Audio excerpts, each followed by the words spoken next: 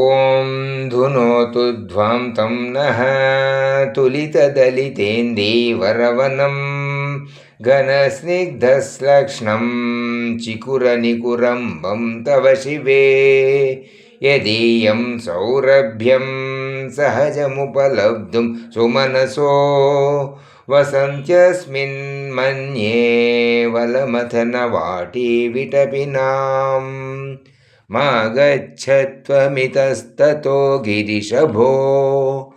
मय्येव वासं कुरु